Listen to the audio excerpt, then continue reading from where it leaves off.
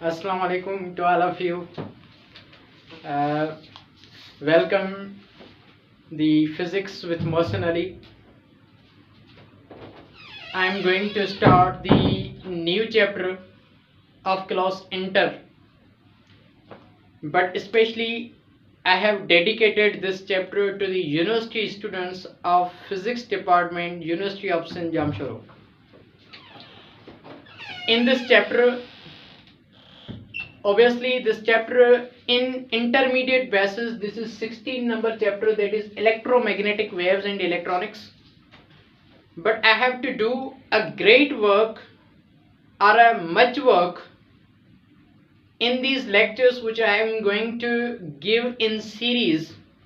This is only for the third year students of Physics Department, in which I am going to teach you the electronics of 5th semester of Physics Department. But in this chapter also I will add the intermediate basics of physics, which will be most easyable to understand the electronics. And in that electronics, especially electromagnetic waves, is not the portion in the 5th semester of the University of the Sindh Physics Department of the 5th semester electronics. But to understand the electronics, we first have to understand the electromagnetic waves, because there is a lot of application of electromagnetic waves into the electronics. So in that electronics we will study the study of semiconductor, that how semiconductor is formed, the study of band theory of solids, in which we will study the conduction band, in which we will study the valence band, in which we study the forbidden gap and the different terms related with the electronics. And I will usually precise this electronics into the different topics like semiconductor, its formation, its types, that the intrinsic semiconductor, extrinsic semiconductor, and what are the basic concepts of that semiconductor in the electronics. And after that we will start the p type and n type semiconductor, and after that we will start the p-n junction. And the most related topics with the electronics: biasing, forward biasing, reverse biasing, how the rectification is done in the electronics, how the half wave rectification and full wave rectification gives the great concept in the electronics. What is the concept of Zener diode in the electronics? What do you mean by Avalon key breakdown insulation? What do you mean by reverse biased voltage, and the different terminology related with the electronics. So I am going to dedicate these all lectures to the third year students of university level. Especially I am going to add the lectures of the university level, especially of the 5th semester electronics. So I hope you all will get easily and will take benefit from these lectures. And especially due to a saying of my close friends that you have to make the lectures of third year electronics. So for that compulsion, I was thinking in my mind that I should do this great work for this achievement of electronics 5th semester, to understand to those students who are not understanding the basic concepts of electronics. So whatever the lectures that I am going to give on my YouTube channel, or in Sindhi language especially, and in Sindhi it is too much easy to understand all the lectures. Assalamu alaikum again. मां specially ही chapter number 16 जेको हिते लिखियो आहे, electromagnetic waves and electronics. इन electromagnetic waves ऐं electronics, हालांकि इहो इंटरमीडिएट बेसिक चैप्टर आहे, पर हिन इलेक्ट्रॉनिक्स खे स्टार्ट करण जे लाइ सभ खां पहिरियों जेको मूं स्टेप खयो, मूंखे कुझु थर्ड ईयर जे फिजिक्स डिपार्टमेंट जे स्टूडेंट्स चयो त यार तव्हां जेको आहे सो इलेक्ट्रॉनिक्स जा लेक्चर्स अपलोड कयो. त मां कोशिशि इहा कंदुसि त हिन वक़्तु जेकी बि लेक्चर्स अपलोड कंदुसि उहे 5th सेमेस्टर जा पूरा जेकी चैप्टर्स पढ़ाया वञनि पिया सिलेबस जे हवाले सां, त उहे कोशिशि कंदुसि त पूरा जो पूरा लेक्चर्स मां अपलोड कयां. उन इलेक्ट्रॉनिक्स में असां मुख़्तलिफ़ क़िस्म जा टॉपिक्स पढ़ंदासीं जेकी यूनिवर्सिटी लेवल जा हूंदा, ऐं इहे सभु लेक्चर्स मां डेडिकेट कयां पियो इन Sindhi language with a very very simple assertion and the question that you will give in comment, I will also reply. I want because still I am a student, so no doubt I have a very little bit knowledge, but whatever the knowledge that I am going to kept in my mind, I will propagate to all of you. तो मां ॻाल्हि पियो कयां पुट electronics जी, त हाणे electronics section खे start कयूं पिया। बिस्मिल्लाह करे असां वटि ही जेको इलेक्ट्रोमैग्नेटिक वेव्स ऐं इलेक्ट्रॉनिक्स चैप्टर आहे, इन इलेक्ट्रोमैग्नेटिक वेव्स ऐं इलेक्ट्रॉनिक्स चैप्टर खे सुठे नमूने सम्झण जे लाइ सब खां पहिरियों हिकु ॿ ॾींहं जेको आहे सो या इवन 2 खां 3 लेक्चर जेको आहे सो तव्हांखे नो डाउट सिलेबस सां रिलेटेड न हूंदा, छो जो उन इलेक्ट्रॉनिक्स खे सम्झण जे लाइ मूंखे थोरो घणो बेसिक्स तव्हांखे सम्झाइणो पए पियो।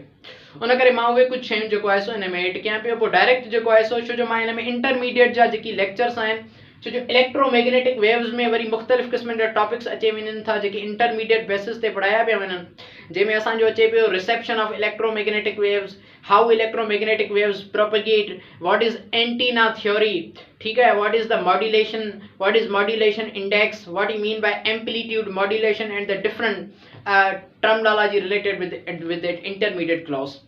But whatever the lectures that I am going to upload, these all lectures should be in Sindhi, but for the university level, and these lectures are all of the university level of I am going to give you.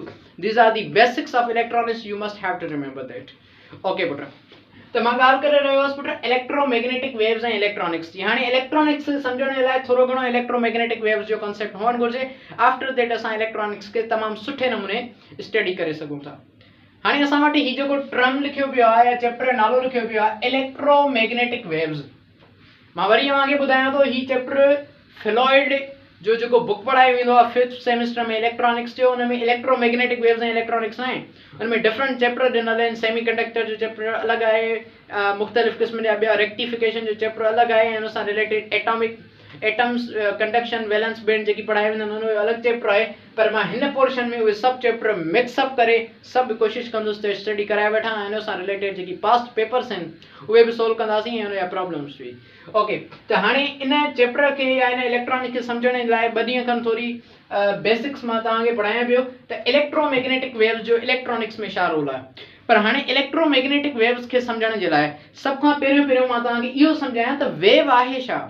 छो जो electromagnetic खां हटी करे तव्हां हिन लफ़्ज़ ते ईंदा त इहो आहे वेव। वेव छा हूंदो आहे, इलेक्ट्रोमैग्नेटिक वेव जी क्लासिफिकेशन कीअं थी आहे उनखे थोरो सम्झण जी कोशिशि करे पिया वठूं। ओके, असां वटि वेव जो छा कंसेप्ट आहे फिज़िक्स में, इनखे थोरो सम्झो। असां वटि वेव जो छा कंसेप्ट आहे फिज़िक्स में, उहो कुझु इन तरह सां डिफाइन थींदो आहे पुट त वेव, ॾिसो घणनि स्टूडेंट जे ज़हन में न हीअं हूंदो आहे त वेव ओ हीअ आहे, जस्ट ही जेके लहरूं असांखे क्रेस्ट ऐं ड्रफ्ट जे फॉर्म में मिलनि पियूं इहा वेव आहे। न, इहा वेव न आहे। वेव जस्ट हिन डिज़ाइन या हिन पैटर्न जो नालो न आहे। वेव छा जो नालो आहे उनखे थोरो सम्झी पिया वठूं। ॾिसो वेव छा हूंदी आहे, वेव खे डिफाइन कयो वेंदो आहे इन तरह सां त it is the name of disturbance और it is the name of pattern और डिज़ाइन। वेव हिकु अहिड़े क़िस्म जो पैटर्न या डिज़ाइन आहे जेका एनर्जी ऐं मोमेंटम खे हिकु पॉइंट खां ॿिए पॉइंट ताईं कैरी कंदी आहे, पर without the actual motion of molecules और एटम्स। हाणे हिन पॉइंट खे सम्झूं पिया त आख़िर कीअं त वेव एनर्जी ऐं मोमेंटम खे हिकु पॉइंट खां ॿी पॉइंट ताईं ट्रांसफर करे पई। इन जो हिकिड़ो सिंपल एग्ज़ाम्पल अव्हां जे साम्हूं मां इहो ॾींदुसि। सपोज़ कयो ATM मशीन हूंदी आहे, हुन ATM मशीन ते मुख़्तलिफ़ पर्सन्स जेको आहे सो ईअं कतारुनि में बीठा हूंदा आहिनि। कतारुनि में बीठा हुन करे हूंदा आहिनि, उहे चवंदा आहिनि त मूंखे अॻिते वारो मिले त जेको आहे सो मां वञी ATM मां पैसा कढाइजां। हाणे कतारुनि में सपोज़ कयो हीअं मुख़्तलिफ़ माण्हू बीठा आहिनि, 20-25 पर्सन्स बीठा आहिनि। हाणे हिकिड़ो पर्सन पोयों अची करे सडनली ॿिए खे हीअं धिको थो ॾे, पुश थो करे। हाणे जॾहिं हिकिड़ो जो ॿिए जे मथां धिको ॾींदो त ॿियो वरी टे जे मथां किरंदो, टियों वरी चौथे जे मथां किरंदो, चौथों वरी पंजे मथां किरंदो। हू न चवंदा यार अंधो ई जा। हालांकि थियो छा, ही पर्सन हर हिक खे धार धार हिन धिको न ॾिनो, इन छा कयो, पोयों हिकिड़े खे धिको ॾिनो त हू ॿिए जे मथां किरियो, ॿियो टे जे मथां किरियो, चौथों पंजे जे मथां किरियो। ही जेको तव्हांखे पैटर्न मिले पियो, इहो पैटर्न या डिज़ाइन छा पियो करे, तव्हां हिकिड़ी बॉडी जेको आहे ॿी बॉडी ते जेको फोर्स लॻायो, फोर्स लॻाइण जे करे हिन पंहिंजी एनर्जी खे ॿी पॉइंट में ट्रांसफर कयो, ॿिए टे में कयो, टे चौथे में कयो, माना person to person energy transfer थिए पई, पर्सन टू पर्सन मोमेंटम जेको आहे सो ट्रांसफर थिए पियो। Momentum is what, the quantity of motion. त अहिड़े हिसाब सां एनर्जी ऐं momentum person to person transfer थिए पियो। इन में पर्सन पंहिंजो पाण मूव कोन पियो करे, पर्सन हिक ई जॻह ते बीह करे हुन फोर्स लॻायो, हू ॿिए जे मथां किरियो, ॿियो टे जे मथां किरियो, टियों चौथे जे मथां किरियो, चौथो पंजे जे मथां किरियो, त पर्सन टू पर्सन एनर्जी ऐं मोमेंटम ट्रांसफर थिए पियो। त पर्सन टू पर्सन जेको एनर्जी ऐं मोमेंटम ट्रांसफर थिए पियो, पर ॾिसो इहो जेको एनर्जी ऐं मोमेंटम ट्रांसफर थियो, जेको तव्हांखे पैटर्न मिलियो, इन पैटर्न जो नालो आहे वेव। वरी हिकिड़ो ॿियो सिंपल एग्जाम्पल तव्हांजे साम्हूं ॾियां पियो। का लाइब्रेरी हूंदी आहे, त लाइब्रेरी आहे का शादी हाल वग़ैरह किथे बि हीअं साइकिल्स, सपोज कयो कंहिं लाइब्रेरी में साइकिल्स कतारुनि में बीठियूं आहिनि, हीअं बाक़ाइदा कतारुनि में साइकिल्स बीठियूं आहिनि। पोयों को हिकिड़ो पर्सन अची करे हिक साइकिल खे लत थो हणे, किक थो हणे, त हिकिड़ी साइकिल ॿिए जे मथां किरी पवंदी, ॿी टे जे मथां किरी पवंदी, टी चौथे जे मथां किरी पवंदी, चौथी पंजे जे मथां किरी पवंदी, पंजी छहें जे मथां किरी पवंदी। त ॾिसो डिस्टर्बेंस असां हिकिड़ी साइकिल में आंदी आहे। वेव प्रोड्यूस छाजे करे थींदी, त वेव जो प्रोडक्शन डिस्टर्बेंस जे करे हूंदो अथव। असां हिक साइकिल में डिस्टर्बेंस प्रोड्यूस कईसीं, उन साइकिल ॿिए जे मथां फोर्स लॻाए, ॿिए टे जे मथां, टियों चौथे जे मथां, चौथों पंजे जे मथां, त एनर्जी खे हिक पॉइंट खां ॿी पॉइंट ताईं ॾिसो कीअं पई ट्रांसफर थिए, वञी करे इहा एनर्जी वञी करे लास्ट साइकिल ताईं सभु साइकिल्स कतारुनि में किरी पवंदी। ईअं न थियो असां हिक हिक साइकिल खे हर हिक साइकिल सां फोर्स लॻाईंदा वियासीं, पाण साइकिल मूव करे हर कंहिंखे फोर्स ॾींदी, न हिकिड़े में डिस्टर्बेंस आंदीसीं, उन छा कयो ॿिए में डिस्टर्बेंस आंदी, ॿिए टे में आंदी, टे चौथे में आंदी, पर पंहिंजी जॻह ते without actual motion of cycles, cycles J motion खां अलावा साइकिल पंहिंजी जॻह ते जेको आहे सो एनर्जी ऐं मोमेंटम ट्रांसफर कनि पियूं। त अहिड़े क़िस्म जी डिस्टर्बेंस जेका विदाउट एक्चुअल मोशन ऑफ जेको आहे सो साइकिल्स जो मिसाल वरितो त साइकिल्स जे हवाले सां, त एनर्जी ऐं मोमेंटम खे ट्रांसफर कनि पियूं। इन डिज़ाइन या इन पैटर्न जो नालो छा आहे, वेव। ओके, हाणे अचूं था थोरो हिनखे सब एटॉमिक पार्टिकल जे हवाले सां वठूं पिया न, सब एटॉमिक पार्टिकल ॾांहुं हलिया पिया वञूं। हाणे ॾिसो असां पढ़ी आहियूं त दुनिया में हर हिकु शइ नंढनि नंढनि एटम्स ऐं मॉलिक्यूल्स जी ठहियल आहे, इहा त असांखे ख़बर आहे, ठीकु आहे। दुनिया में हर हिकु शइ एटम्स ऐं मॉलिक्यूल्स जी ठहियल आहे। अमां कंसेप्ट पढ़ी आया हूंदा, डेमोक्रेटिस साहब सभ खां पहिरियों कंसेप्ट ॾिनो हुयो एटम जो। उन छा चयो हुयो, उन चयो हुयो त सपोज कयो तव्हां हिकिड़ो स्टोन खणो, पत्थर खयोसीं, चई त उन स्टोन खे न तव्हां हिकु हैमर सां हिट कयो, हैमर सां हिट कयोसीं त उहो स्टोन जेको आहे सो डिफरेंट पार्ट्स में टुकड़ा टुकड़ा ज़रा थी वियो। डेमोक्रेटिस चयो त जेको नंढे में नंढो ज़रो मिलियो आहे, वरी उनखे खणी करे हैमर सां हिट कयो, उनखे जॾहिं हैमर सां हिट कयोसीं त वरी उहो स्टोन वरी नंढनि नंढनि पार्ट्स में डिस्ट्रीब्यूट थी वियो। डेमोक्रेटिस चयो त वरी जेको तव्हांखे नंढो पार्ट मिलियो आहे, वरी उनखे हैमर सां हिट कयो, चई केसीं ताईं हिट कयूं, चई तेसीं ताईं हिट कंदा वञो जेसीं ताईं मज़ीद उन नंढे पार्टिकल खे तव्हां डिवाइड या उनखे टुकड़ा या उनखे जेको आहे सो ब्रेकअप न करे सघो। उन नंढे में नंढे स्मॉलेस्ट पार्टिकल ऑफ मैटर, छो जो स्टोन ख़ुदि पाण मैटर आहे, त इन स्मॉलेस्ट पार्टिकल ऑफ मैटर खे पाण उन नालो ॾिनो दिस इज कॉल्ड एटम। पोइ बाद में चयो त बाबा atom is an indivisible particle. पोइ मुख़्तलिफ़ साइंटिस्ट एक्सपेरिमेंट करे बाद में जॉन डाल्टन ऐं ॿिया बोर्स थ्योरी ॿिया कुझु साइंटिस्ट आया, उन्हनि चयो त न बाबा एटम जेको आहे सो मज़ीद ब्रेकअप थी सघे थो।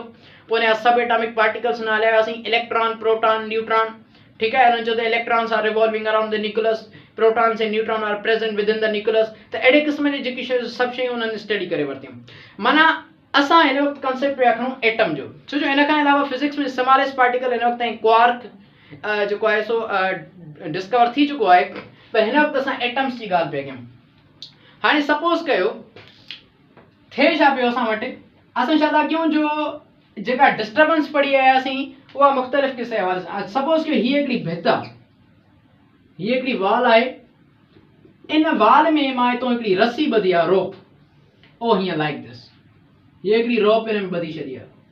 जॾहिं हिकिड़ी रोप मां हिन वाल में ॿधी छॾी आहे, त इन में न जेको आहे सो मां हीअ हिकिड़ो हथ में पकिड़े करे इन रस्सीअ खे मां छा कंदुसि, हीअ हिकिड़ी भित आहे सपोज कयो, इन में हिकिड़ी रस्सी ॿधी करे इनखे हथ खां वठी करे हीअं थोरो जर्क कंदुसि त छा थी पवंदो, पर इनखे मां थोरो हिन अंदाज़ में तव्हां सां पेश करणु चाहियां पियो। हाणे हीअ जेका रस्सी तव्हां खई आहे, ॾिसो इन रस्सी जेको आहे रोप आई आहे, बि ज़ाहिरी ॻाल्हि आहे नंढनि नंढनि एटम्स ई ठहियल हूंदी, मॉलिक्यूल्स ई ठहियल हूंदी। हाणे इन रोप खे आहे न मां नंढा नंढा डॉट्स में ॾियणु, ईअं खणी सम्झो हीअ एटम्स पियो शो कयां, ही नंढा नंढा एटम्स हूंदा, इन जी ठहियल हूंदी हीअ रोप। हाणे ही नंढा नंढा एटम्स ऐं मॉलिक्यूल्स इन रोप जा असां वटि मौजूदु आहिनि। सपोज कयो ही मां ईअं ठाहे छॾिया आहिनि on the microscopic point of view, त इलाही नंढा हूंदा आहिनि, पर तव्हांखे सम्झाइण जे लाइ जेको आहे सो मां हीअं थोरो कंसेप्ट खणा पियो। हाणे रोप नंढनि नंढनि एटम्स जी ठहियल आहे, थींदो छा थींदो इहो त तव्हां हथ जे ज़रिए जेको आहे सो हिन एटम खे थोरो ईअं जर्क कयो न, हीउ एटम थोरो मथे मूव करणु शुरू कंदो। ऑब्वियसली ईअं ई थींदो, हीउ एटम जेको आहे सो मथे मूव करणु शुरू कंदो, हीउ एटम जेको आहे सो हिन पोज़ीशन खां हटी करे ओ हिन पॉइंट ते आयो।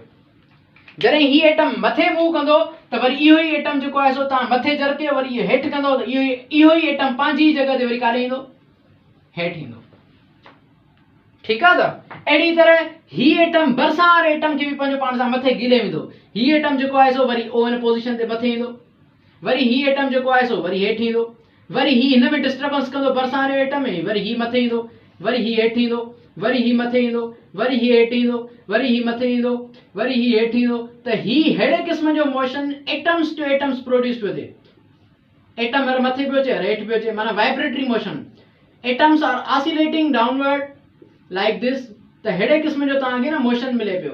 त थिए छा पियो, असां ने हिकु एटम में डिस्टर्बेंस आंदीसीं, उन भरिसां वारे एटम खे पंहिंजो पाण सां छिकियो, फोर्स लॻायो, छो जो they are combined with each other, ऐं कॉम्बिनेशन जे करे उन्हनि हिक ॿिए ते फोर्स लॻायो।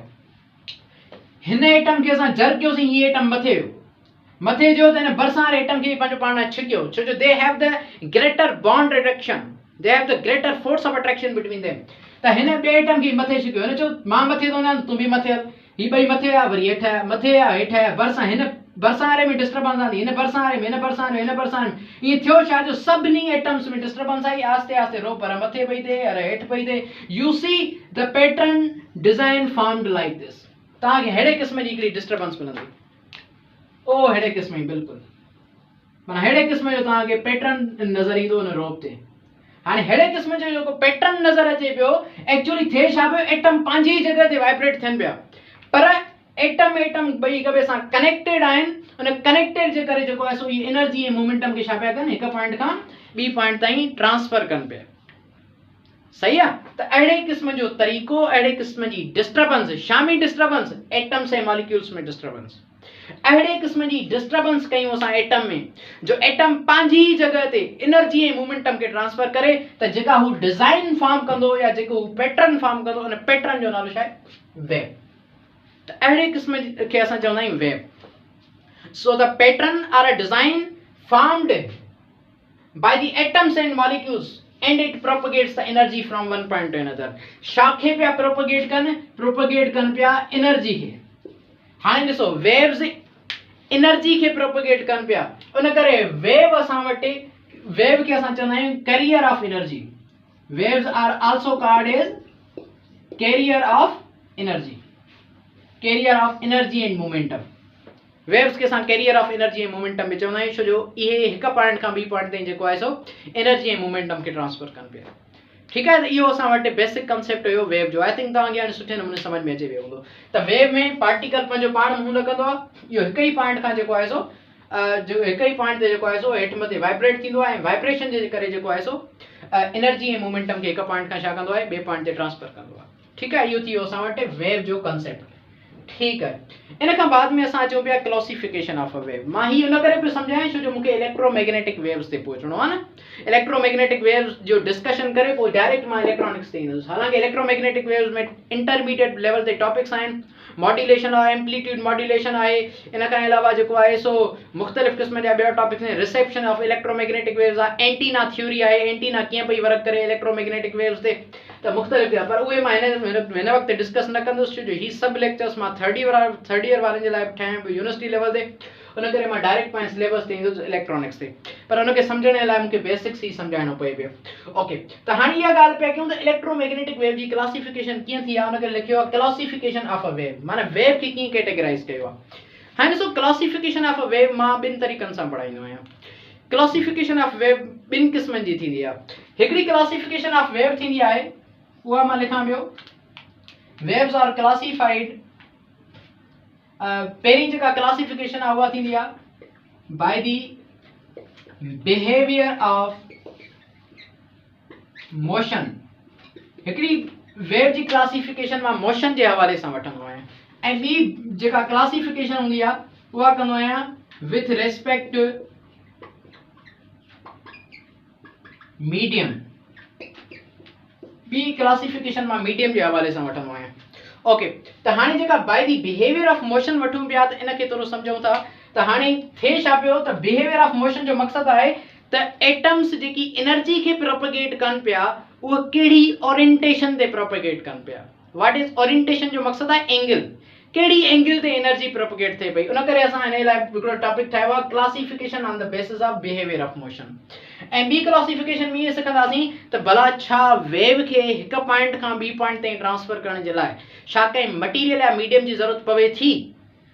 जेको मां आवाज़ तव्हां सां ॻाल्हायां थो त मुंहिंजो साउंड जूं बि कुझु वेव्स ठहनि पियूं न, उहे वेव्स हिकु पॉइंट खां ॿी पॉइंट ताईं छा उन्हनि खे कंहिं मीडियम जी सहारो पए पियो या फिज़िक्स में उहे कहिड़ियूं वेव्स आहिनि जेकी मीडियम डिपेंडेंट आहिनि, जेकी मीडियम डिपेंडेंट न आहिनि, उन जे हवाले सां बि हिकिड़ी क्लासिफिकेशन करे पिया वठूं। ओके, त पहिरीं क्लासिफिकेशन मां पढ़ायां पियो by the behaviour of waves. हाणे हिन क्लासिफिकेशन खे जेको आहे सो स्टडी करे पिया वठूं। अच्छा, हाणे ही हिकिड़ी शइ ॾिसो त थोरो हिन स्ट्रिंग वारे ही जेकी वेव्स ठहियूं हुनखे चयूं था string waves. String waves, string waves हुन करे था चऊं छो जो असां हिकिड़ी स्ट्रिंग खई आहे, हिकिड़ो रोप खयो आहे, हिकिड़ो थ्रेड खयो आहे, जेके असां डिस्टर्बेंस आणी पिया। थोरो हिन शइ खे ॾिसो, थिए छा पियो, थिए इहो पियो हिन केस में ॾिसो, ही हिकिड़ो एटम जेको वाइब्रेट थिए पियो हुनखे मां कुझु हिन तरह सां डिस्टर्ब, हिन तरह सां शो पियो कयां। हाणे थिए छा थो, ही एटम मथे पियो वञे, वरी ही एटम हेठि पियो वञे। हाणे ही भरिसां वारे में डिस्टर्बेंस पियो आणे, भरिसां वारे एटम में, वरी ही एटम मथे पियो वञे, वरी ही एटम हेठि पियो वञे। हाणे ही जेका डिस्टर्बेंस आणे पियो इहो एक्चुअली छा पियो करे, एनर्जी खे हिन पॉइंट खां ॿी पॉइंट ते प्रोपगेट करे पियो न। ही एनर्जी जो प्रोपगेशन आहे, ओ हीअं सिधे डायरेक्शन में। ऐं ही छा आहे, एटम्स ऐं मॉलिक्यूल्स जो मोशन आहे। हाणे ही एटम्स ऐं मॉलिक्यूल्स जो मोशन ऐं ही एनर्जी जो प्रोपगेशन, एनर्जी प्रोपगेशन। हाणे ॾिसो, एनर्जी बिल्कुलु हीअं हॉरिजॉन्टली हिकु पॉइंट एटम खां ॿी पॉइंट ते ट्रांसफर पई थिए, ऐं एटम्स कीअं पिया वाइब्रेट थियनि, downward downward like this, upward downward means back and fourth. ठीकु आहे, ती ऑसिलेटरी या वाइब्रेटरी मोशन जे थ्रू कनि पिया। त ही एनर्जी जो प्रोपगेशन ऐं ही एटम्स ऐं मॉलिक्यूल्स जो मोशन, ही एनर्जी जो प्रोपगेशन ऐं ही एटम्स ऐं मॉलिक्यूल्स जो मोशन, त ही कहिड़े क़िस्म जी एंगल शो करे रहिया आहिनि, they are forming at right angle. It means the angle between the motion of atoms and the propagation of energy is 90 degree। इन जे विच में 90 डिग्री एंगल आहे। त बिहेवियर ऑफ मोशन जो अहिड़ो टाइप या ईअं खणी सम्झो वेव जो अहिड़ो क़िस्म या वेव जी अहिड़ी क्लासिफिकेशन जंहिंमें एनर्जी 90 डिग्री ते प्रोपगेट थींदी हुजे, त अहिड़े क़िस्म जी क्लासिफिकेशन खे असां अहिड़े क़िस्म जी वेव्स खे नालो ॾींदा आहियूं, they are known as transverse waves. What you mean by transverse wave, हाणे डिटेल में कोन थो लिखां छो जो यूनिवर्सिटी वारा स्टूडेंट्स नोट्स ठाहे छॾींदा पाण ई टॉपिक सां रिलेटेड। ट्रांसवर्स वेव छा हूंदी आहे, the type of wave which transverse the energy transmission perpendicular to the direction of motion of atoms। Atoms ऐं मोशन जे परपेंडिकुलरली एनर्जी ट्रांसफर थिए त अहिड़े क़िस्म जी वेव खे असां चवंदा आहियूं ट्रांसवर्स वेव। ठीकु आहे, त असां वटि हीअ जेका स्ट्रिंग वेव्स छा जो एग्जांपल आहे, string wave is the example of transverse wave. ठीकु आहे, त ही हेठि पोर्शन, ही मथियों पोर्शन, हेठियों पोर्शन, मथियों पोर्शन। ठीकु आहे, असां वटि ही हिकिड़ो सिस्टम थी वियो। हाणे हिकिड़ी ॿी शइ सम्झो, ट्रांसवर्स वेव में मां हिकिड़ी ॿी शइ अव्हांखे सम्झाइण जी कोशिशि कयां पियो त ट्रांसवर्स वेव में न ही अहिड़े क़िस्म जो मोशन मिले पियो न। हाणे ही जेको मोशन आहे, मां हिते हिकिड़ी फिगर ड्रा कयां पियो, ही नज़र अचे पियो न हेठियों पोर्शन। ओके, ही जेको अचे पियो प्रोपगेशन, सपोज की साॻी वाल ही स्ट्रिंग आहे, हिन पॉइंट खां थ्रोट कयो, त ही असांखे जेको पैटर्न मिले पियो वेव जो, हेठियों पोर्शन ऐं मथियों पोर्शन। हाणे मथे पोर्शन खे असां चवंदा आहियूं क्रेस्ट ऐं हेठे पोर्शन खे चवंदा आहियूं trough. The upper portion of the wave is known as crest and the lower portion of the wave is known as trough। त चयो वेंदो आहे त ट्रांसवर्स वेव ठहियल छा जी आहे, transverse wave is made up of crest and trough. ठीकु आहे, त ट्रांसवर्स वेव छा ठहियल आहे, it is made up of, it is the combination of crest and trough. Urdu में क्रेस्ट एंड ट्रफ के चयो वेंदो आहे फराज ऐं नुशेब, फराज और नुशेब, क्रेस्ट और ट्रफ को कहते हैं उर्दू में। ठीक है, तो crest and trough, crest is what, upper portion of the wave, trough is what lower portion of the wave so हेड़े क़िस्म जी जेका क्रेस्ट एंड ट्रफ जी कॉम्बिनेशन छा पई मिले ट्रांसवर्स छो जो क्रेस्ट एंड ट्रफ जे फॉर्म में एनर्जी 90 डिग्री ते प्रोपगेट थे पई कैसा 90 डिग्री पई ठाए with the motion of atoms और मॉलिक्यूल्स ठीक है अड़े क़िस्म जी कैटेगराइजेशन एकड़ी केसी ट्रांसवर्स वेव त हिन जी ओरिएंटेशन केड़ी पई थे एट 90 डिग्री 90 डिग्री के साथ परपेंडिकुलर भी चवंदा आहियूं त 90 डिग्री ते जेको आहे सो मोशन जी प्रोपगेशन थे पई अच्छा कुछ हिकड़ी बी वेव जो किस्म मिले पियो ना ठीक है तो वो वेव जो किस्म मां ही मथों थोरो ड्रायां पियो त जीअं जेको आहे सो इन शइ खे मां सुठे नमूने तव्हां जे साम्हूं डिस्क्राइब करे सघां ओके त हिकड़ी शइ असां वटि इहा थी वई त वेव जो असां वटि हिकिड़ो क़िस्म थी वियो ट्रांसवर्स वेव अच्छा हिकिड़ो क़िस्म थींदो आहे उहो कहिड़ो थींदो आहे ॾिसो सपोज कयो मां ॻाल्हायां थो साउंड वेव्स ठीकु आहे वेव्स त इलाही क़िस्म आहिनि साउंड वेव्स मुंहिंजो आवाज़ तव्हां वटि पहुचे पियो या मुंहिंजे भरिसां को पर्सन बीठो आहे त असां हिक ॿिए सां कम्युनिकेट कीअं कंदा आहियूं sound how the sound travels from one point to another sound हिकु पॉइंट खां ॿी पॉइंट ताईं ट्रेवल कीअं थींदो आहे इनखे थोरो सम्झो ॾिसो जॾहिं मां ॻाल्हायां थो न मुंहिंजे हिते थ्रोट ते वोकल कार्ड्स लॻल आहिनि उहे वोकल कार्ड्स वाइब्रेट थींदा आहिनि ऐं आवाज़ प्रोड्यूस ई वाइब्रेशन जे करे थींदो आहे वाइब्रेशन न थिए आवाज़ प्रोड्यूस न थींदो ओके हाणे ॾिसो त हिन रूम में सपोज कि मां जिते लेक्चर ॾियां थो हिते इलाही एटम्स ऐं मॉलिक्यूल्स मौजूदु आहिनि ठीकु आहे हिते इलाही एटम्स ऐं मॉलिक्यूल्स मौजूदु आहिनि हाणे थींदो छा जॾहिं मां ॻाल्हाईंदुसि त मुंहिंजी आवाज़ मुंहिंजे माउथ मां जेको आहे सो ॿाहिरि वेव्स जे फॉर्म में जॾहिं वोकल कार्ड्स वाइब्रेट कनि पिया त वेव्स कुझु ॿाहिरि निकिरंदियूं मुंहिंजे माउथ मां जॾहिं मुंहिंजे माउथ मां वेव्स ॿाहिरि निकिरंदियूं या मॉलिक्यूल्स ॿाहिरि निकिरंदा इन टर्म्स ऑफ त उहे मॉलिक्यूल्स छा कंदा एयर में मौजूदु मॉलिक्यूल्स सां पहिरियों मुंहिंजे माउथ मां निकिरंदा उहे हिट कंदा जॾहिं ही हिट कंदा त ही वेझो अची वेंदा वरी थोरी देरि खां पोइ जुदा थी वेंदा वरी डिस्टेंस वधी वेंदो वरी मां लगातार ॻाल्हायां थो वरी वेझो ईंदा वरी जुदा थींदा वरी वेझो ईंदा वरी जुदा थींदा हाणे ही जेको मां ॻाल्हायां पियो मुंहिंजे एटम्स ऐं मॉलिक्यूल्स जो जेको वेझो अचणु आहे साउंड वेव्स टकराइनि पिया एयर जे मौजूदु मॉलिक्यूल्स सां जेको वेझो अचणु आहे इन वेझो अचण खे चयो वेंदो आहे कंप्रेशन ऐं वरी थोरी देरि खां पोइ ही परे थी था वञनि इनखे चयो वेंदो आहे रेयरफेक्शन वेझो अचणु कंप्रेशन रेयरफेक्शन असां जेको साउंड हिकु पॉइंट खां ॿी पॉइंट ताईं पहुचायूं पिया इहो कंप्रेशन रेयरफेक्शन जे थ्रू थिए पियो what you mean by compression when the distance between the collision of atoms and molecules decreases what you mean by rarefaction the distance increases बस कंप्रेस रेयरफेक्ट मीन्स वाद त आवाज़ जेको पहुचे पियो वो कंप्रेशन रेयरफेक्शन हाणे ही ॾिसो जेको मां हथ जो प्रोपगेशन कयां पियो कंप्रेशन रेयरफेक्शन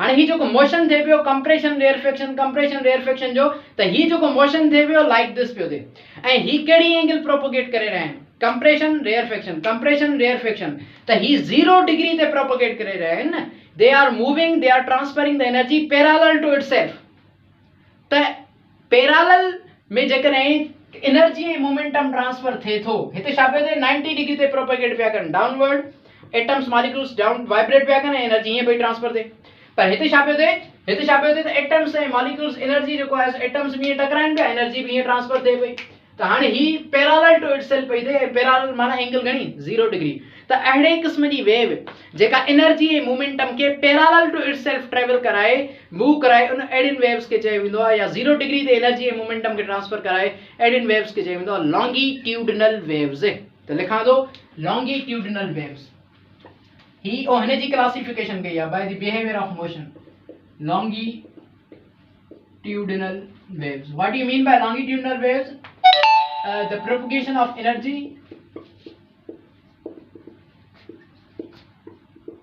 at 0 degree माना पैरेलल जॾहिं प्रोपगेशन ऑफ एनर्जी थींदी त अहिड़े क़िस्म जी वेव खे असां चवंदा आहियूं लॉन्गिट्यूडिनल वेव्स बहरहाल असां वटि ही जेको आहे सो थोरी कैटेगराइजेशन थी वई with respect to behaviour of motion मां बसि हाणे अचां थो डायरेक्ट टॉपिक ॾांहुं ॿी कैटेगराइजेशन थींदी आहे विथ रेस्पेक्ट मीडियम ॾिसो पुट दुनिया में असां ॾिठोसीं त आख़िर वेव्स जेकी आहिनि एनर्जी ऐं मोमेंटम खे या असांजो जेको कम्युनिकेशन पॉसिबल आहे उहो कीअं पियो थिए तव्हां हिकिड़ो सिंपल मिसाल वठो व्हाट्सअप ते जॾहिं असां ॻाल्हायूं था या मोबाइल ते जेको ॻाल्हायूं था असां हाणे मोबाइल ते हिक ॿिए सां कम्युनिकेट कयूं था हालांकि साउंड जी जेका रफ़्तार आहे एयर में उहा न्यूटन साहब मालूम कई 330 या 332 मीटर पर सेकंड हाणे 330 या 332 मीटर पर सेकंड साउंड जी रफ़्तार आहे ठीकु आहे त त हाणे साउंड मोबाइल ते कीअं पियो ट्रांसफर थिए, मोबाइल खे छॾे ॾियूं ऐं हितां ॻाल्हायूं त को सपोज़ कयो अमेरिका में को असांजो आवाज़ ॿुधे, नथो ॿुधी सघे, मोबाइल जो सहारो वठणो पियो पए। आख़िर छो मोबाइल जे ज़रिए साउंड असांजो हिकु पॉइंट खां ॿी पॉइंट ते ट्रांसफर थिए पियो, आख़िर उहो कहिड़ो मैकेनिज़म आहे इनसाइड द मोबाइल जो आवाज़ ट्रांसफर थिए पियो। व्हाट्सअप ते वॉइस सेंड कंदा आहियूं त उहो कीअं पियो थिए, ज़ाहिरी ॻाल्हि आहे त कुझु बि अच्छा मां जेको ॻाल्हायां थो मुंहिंजो आवाज़ ॿुधो था, या असांजो को पर्सन बीठो हुजे मां जेको ॻाल्हाईंदुमि उहो मुंहिंजो आवाज़ ॿुधे थो, त आवाज़ ॿुधे थो त आवाज़ ॿुधे थो त ज़ाहिरी ॻाल्हि आहे इत का अहिड़ी शइ हूंदी न जेको आवाज़ खे ट्रांसफर कंदी हूंदी, हुनखे चयो वेंदो मीडियम। हाणे अहिड़ियूं वेव्स के अहिड़ियूं वेव्स हूंदियूं आहिनि जेके मीडियम डिपेंडेंट हूंदियूं आहिनि, के अहिड़ियूं वेव्स हूंदियूं आहिनि जेके मीडियम इंडिपेंडेंट हूंदियूं आहिनि। हाणे तव्हांखे ख़बर आहे सन मां जेका रोशनी अचे थी सिज मां, उहा रोशनी जेका अचे थी उहा विदाउट मीडियम थी अचे, छो जो सन ऐं अर्थ जे विच में को मीडियम कोन्हे, विदाउट मीडियम लाइट ट्रांसफर थिए पई, त लाइट वेव्स खे असां नालो ॾिनोसीं ही अहिड़ियूं वेव्स आहिनि जेके मीडियम डिपेंडेंट न आहिनि। ठीकु आहे, अहिड़ी तरह अञा ॿिया हिकिड़ा एग्ज़ाम्पल तव्हांखे ख़बर आहे सन ते न्यूक्लियर फिजन रिएक्शन जे करे, न्यूक्लियर फ्यूजन रिएक्शन जे करे न्यूक्लियर फिजिक्स में तव्हां पढ़ियो हूंदो त वॾा धमाका थींदा आहिनि, ब्लास्ट थींदा आहिनि चेन रिएक्शन जे करे। उहे जेके धमाका थींदा आहिनि उहे धमाकनि जो आवाज़ असांखे सन वारो उहो असांखे ॿुधण में न ईंदो आहे। ऐं तव्हांखे ख़बर आहे साइंटिफिक रिसर्च मुताबिक़ जेकॾहिं उहा आवाज़ असांखे ॿुधण में अचे त असांजे कन जा पर्दा फाटी पवनि, एॾो माना ख़तरनाक आवाज़ हूंदो आहे, अल्ट्रासोनिक वेव्स टाइप। त मक़सदु चवण जो इहो त उहा आवाज़ ॿुधण में कोन थो अचे, माना आवाज़ खे हिकु पॉइंट खां ॿी पॉइंट ते ट्रांसफर करण लाइ मीडियम जी ज़रूरत आहे। हाणे हिकिड़ी कैटेगराइज़ थी उहे वेव्स जेकी मीडियम डिपेंडेंट, ॿी कैटेगराइज़ थी उहे वेव्स जेके मीडियम इंडिपेंडेंट। हाणे अहिड़ियूं वेव्स जेके मीडियम जी मौजूदगी में एनर्जी ऐं मोमेंटम खे ट्रांसफर कनि पई उनखे असां कैटेगराइज़ कयो आहे, they are known as mechanical waves. ठीकु आहे, त उनजो असां नालो रखियो आहे mechanical waves. What you mean by mechanical waves? Medium dependent sound waves हिन में अचे पियो वञे। ठीकु आहे त sound waves are the mechanical waves. Sound waves mechanical wave आहे, साउंड खे हिकु पॉइंट खां ॿी पॉइंट ते ट्रांसफर करण लाइ एयर जी ज़रूरत आहे। कमरे खे वैक्यूम करे छॾियो ऐं तव्हां ॻाल्हायो न ॻाल्हाए सघंदो, त एयर जी ज़रूरत आहे। Air is a medium by which sound can be transfer from one point to another. अहिड़ी तरह कुझु अहिड़ियूं बि वेव्स हूंदियूं आहिनि, हीअ हिन जो एग्ज़ाम्पल थी वियो, कुझु अहिड़ियूं बि वेव्स हूंदियूं आहिनि जेकी मीडियम इंडिपेंडेंट हूंदियूं आहिनि, उन्हनि खे चयो वेंदो आहे EM वेव्स, इलेक्ट्रोमैग्नेटिक वेव्स। अहिड़ियूं वेव्स जेके विदाउट एनी मीडिया एनर्जी ऐं मोमेंटम खे ट्रांसफर कनि। लाइट असां वटि लिखां पियो मीडियम इंडिपेंडेंट, विदाउट मीडियम जे ज़रिए मालूम करना है। EM वेव्स में असांजो लाइट वेव्स, पूरी इलेक्ट्रोमैग्नेटिक वेव्स जेका आहे सो अचे पई वञे फैमिली, मां ख़तमु थो कयां, पूरी इलेक्ट्रोमैग्नेटिक वेव्स जी जेका फैमिली आहे उहा हिन में पई अचे EM वेव्स में। लाइट वेव्स थियूं, इंफ्रारेड वेव्स थियूं, ठीकु आहे, अल्ट्रावायलेट वेव्स थियूं, ठीकु आहे, हिन खां अलावा मुख़्तलिफ़ ॿियूं वेव्स आहिनि उहे सभु इलेक्ट्रोमैग्नेटिक वेव्स में पई अची वञनि। हाणे इलेक्ट्रोमैग्नेटिक वेव्स खे इलेक्ट्रोमैग्नेटिज्म चैप्टर में डिफाइन कयो वेंदो आहे, the waves which are made up of oscillating electric field and magnetic field are known as electromagnetic waves. ईअं बि चई सघो था। त बहरहाल इलेक्ट्रॉनिक्स जेको चैप्टर आहे, इलेक्ट्रॉनिक्स चैप्टर जो थोरो इंट्रोडक्शन ॾियां त electronics is the branch of physics that deals with the study of electromagnetic waves, also with the study of electromagnetic waves, with the study of semiconductor and the devices that are made up of semiconductor is known as electronics. Electronics जो जॾहिं वजूद थियो तॾहिं पूरी दुनिया में तहलको मची वियो, छो इलेक्ट्रॉनिक्स जे करे ही पूरी जेको आहे सो कम्युनिकेशन या पूरी जेको शयूं हलनि पियूं सभु इलेक्ट्रॉनिक्स जे करे पई हलनि। बहरहाल इंट्रोडक्शन मां हाणे नेक्स्ट लेक्चर में ॾींदुमि सुठे नमूने। अॼु मां ॿुधायो त इलेक्ट्रोमैग्नेटिक। ओके पुट, त मां इहा ॻाल्हि ॿुधाए रहियो हुअसि त असां वटि इहो इलेक्ट्रोमैग्नेटिक वेव्स जो छा कंसेप्ट आहे, लॉन्गिट्यूडनल वेव जो छा कंसेप्ट आहे, हिन सां रिलेटेड मुख़्तलिफ़ ॻाल्हियूं।